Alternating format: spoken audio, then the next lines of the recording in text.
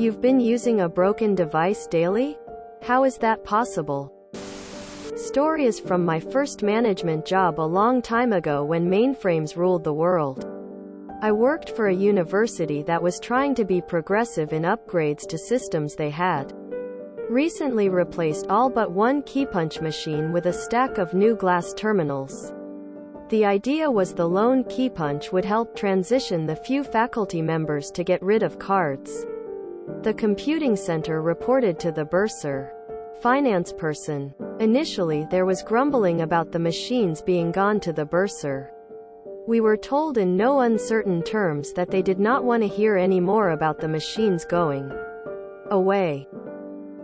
About 6 months later, we announced that the key punch would be gone in 2 weeks. Bedlam happened. Many complaints to the bursar. Bursar is angry. We agree to hold a faculty meeting to discuss the issue. We meet in the executive conference room, which was conveniently next to the bursar's office. Meeting starts. Faculty members rail on about how they use that very important machine for their research, and often use it 5 days a week. Ranting goes on for about 20 minutes and the bursar is getting more and more upset. Hey bursar, there is a small box in your file, cache vault that is labeled, Important Computing Center. Materials. Can you send someone for it? Quote, I'll go myself. And they stomp out. Back with the box. Can you look at the box and tell us what you see? Brown paper wrapped box with dozens of stamps on it. What are the stamps? Looks like it's the official received stamp from my office with less than date about 6 months ago on it. Can you open it please? Quote. They open it and dump a circuit board out of it onto the table. What is that? It's the control board for the key punch. It's been in that box. In your vault. For the last 6 months. The key punch hasn't worked a day since then. Silence in the room. So since nobody has been using the key punch for the last 6 months, are we okay to remove it? Quote. Key punch was removed the next day. Thanks Dr. Fred. I read a story that involved residents complaining about a cell phone tower that was giving them headaches. It was solved in a similar manner. Residents complained for months and months about the cell tower waves disrupting their lives and giving them mental problems. Finally, the cell tower owners agreed to turn it off for a day to see how everyone felt. Like magic, everyone said they were feeling so much better and were glad to have the tower off.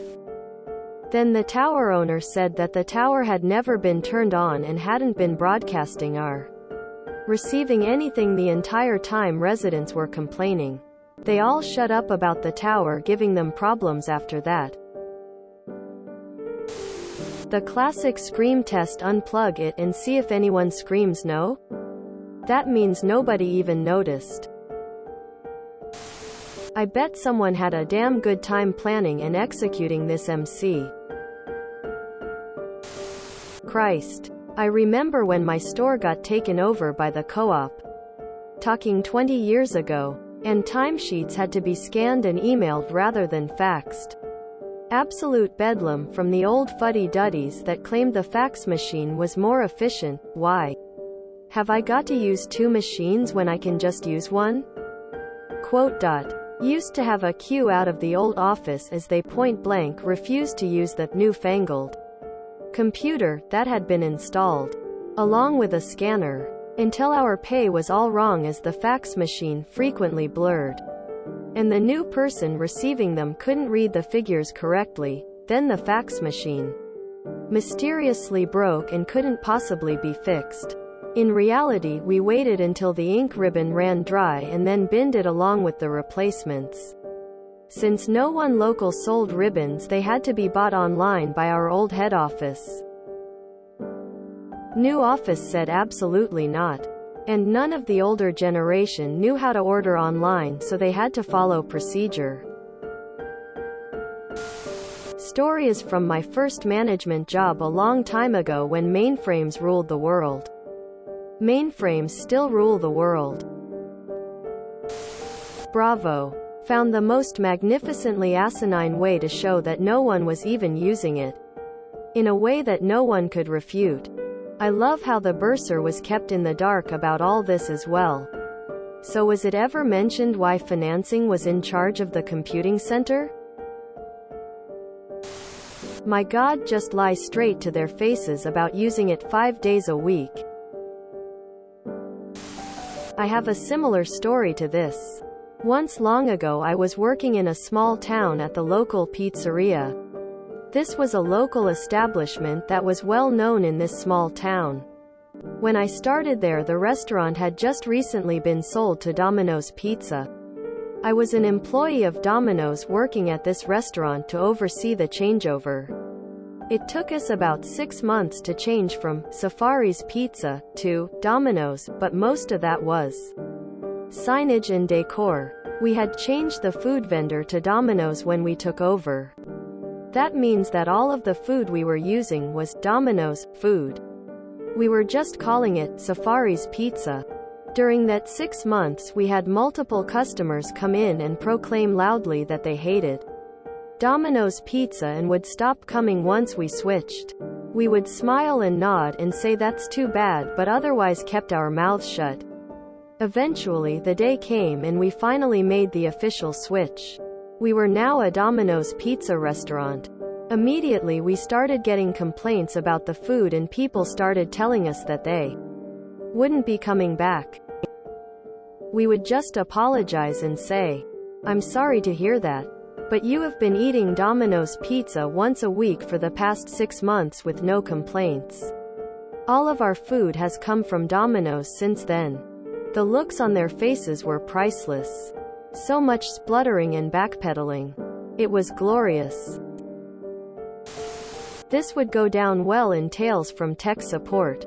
Some of us oldies who have used punched cards will appreciate it there. My first uni course was all punch card programming. Learned very quickly to use line numbers. Did anyone think to ask why so many people wanted to keep that antique? Had the opposite issue at a company I worked for once. It Manglement decided to shut down a server. After a few months of no complaints they wiped it. The problem was this server processed tax reports. Reports that were only generated January to April during tax season. Nobody had noticed the server down because it wasn't the season for it. There's always people that complain about tech. Or lack of. Just because they like to complain. Years ago, we lived in a mobile home park. We had a pet duck. Everyone was thrilled when we let Marvis out to play. Everyone thought he was so neat. After all, ducks know they are cool. Well, everyone except one neighbor. She complained multiple times about how Marvis was up all night quacking and keeping her from sleeping. She didn't complain to us, but to the park manager. Being who he was, he didn't check on Marvis' noise level. Just told us that we had to get rid of him. Wife gave him to an Amish farmer. 2 weeks later, manager comes threatening to evict us because the woman still was complaining about his quacking. With no wetlands around, there were no wild ducks, so it had to be Marvis. Manager was a little upset with my language, but basically understood when I called the complaining neighbor a low-down, lying bitch whore because we'd found Marvis a new home about 10 miles away. Too bad the bitch wasn't evicted. Sounds like something straight out of the Unseen University Tears of Joy. You are the BOFH and I claim my £5. Till it really is bursar and not bursar. Been there. Not quite as dramatic, unfortunately. Just observed as a critical, daily use piece of infrastructure was quietly turned off as its replacement had been in service and working to spec for many months. Not a peep. I remember the keypunch days. At my university, a common prank was to open the door of the machines and remove the chads. Then use them like confetti. Unfortunately, they were so tiny They were everywhere in the dorm carpeting. So they padlocked the doors so only the janitors had access. Cards were free. But then the U decided to charge for them. They didn't announce it ahead of time, so they wouldn't be hoarded. One day vending machines appeared.